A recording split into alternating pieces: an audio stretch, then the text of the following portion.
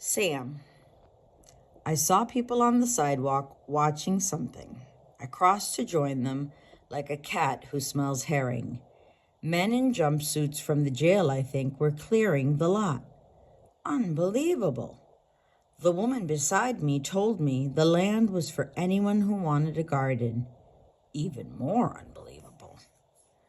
The word paradise came out of my mouth without thinking. The woman looked at me strange. It's a hobby with me, studying words. I looked at the 3 walls surrounding the lot, then at the garden coming up beautiful, planted there close to the sidewalk. Paradise comes from a Persian word. It means walled park. I told the woman that. This time she gave me a little smile. I smiled back. That's my occupation. You've seen fishermen mending rips in their nets. That's what I do, only with people. I used to try and patch up the whole world. For 36 years, I worked for different groups promoting world government, setting up conferences on pacifism, raising money, stuffing envelopes. Not that I've given up the fight. I've just switched battlefields from the entire planet to this corner of Cleveland. Sometimes I think I've actually had more effect on the world since I retired. What do? I smile at people, especially Black people and the ones from different countries. I get them looking up at me instead of down or off to the side. I start up conversations in lines and on the bus and with cashiers.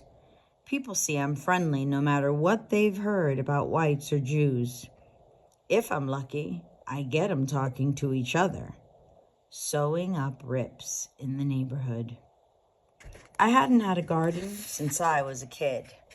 I wanted one now, only this time I was 78 to be exact and in no condition to dig up the soil. So I hired a teenager, Puerto Rican, who said he knew where he could get a shovel. He knew he'd have to do a good job to be paid. He worked that soil until it flowed through your fingers like silk. I paid him well and offered him a row. He wanted to grow marijuana to sell, a real businessman. We discussed this. We finally compromised on pumpkins after I explained how much he could probably get for them at Halloween, not to mention the advantages of staying out of jail. He was new to the neighborhood. We chatted back and forth. Squatting there in the cool of the evening, planting our seeds, a few other people working, a robin singing out strong all the while, it seemed to me that we were in truth in paradise, a small garden of Eden. In the Bible, though, there's a river in Eden. Here, we had none. Not even a spigot anywhere close by. Nothing. People had to lug their own water in buckets or milk jugs or soda containers. Water is heavy as bricks, trust me. And new seeds have to be always moist. And in all of June, it didn't rain but 4 days. The result? People bent over, walking sometimes 3 or 4 blocks, a gallon jug in each hand, complaining all the time about the water. Mine I had hauled by a 3rd grader with a wagon. The contest I started came later. Water aside, we had other problems. People in the garden told friends and relatives. The lot was big. There was plenty of room. But when newcomers joined, at least in the beginning, they could usually get a spot near people they knew.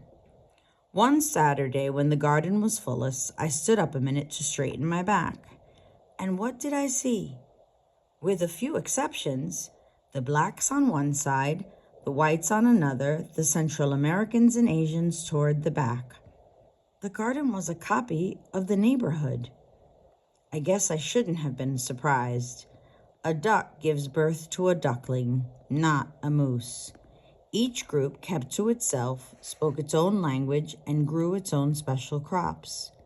One man even put up a pole and flew the Philippine flag above his plot. Then there was the garbage. A few well-brought-up people in the building around the lot still used it for a trash can. Just couldn't get out of the habit. They emptied their ashtrays out of the windows and tossed out all sorts of stuff. One day, a bottle came down like a meteor. A man picked it up and threw it back straight through the window it came out of. A minute later, 5 more flew out. Next, I thought to myself, come gunshots. Instead, thank God, it was only shouting. That crazy homeless man, the one who used to sleep on the broken down couch, he also missed the lot being a dump. He showed up, saw his couch had been taken, and started ripping out people's plants. The police had to come. Some people started worrying, looking ahead to ripe beans and potatoes and thinking about strangers coming in. That week, a man put chicken wire around his garden 5 feet high, complete with a little gate and padlock. The week after that, someone built a board fence. Then came the first keep out signs. Then the crowning achievement, barbed wire. God, who made Eden, also wrecked the Tower of Babel by dividing people. From paradise, the garden was turning back into Cleveland. That's the end of Sam's vignette.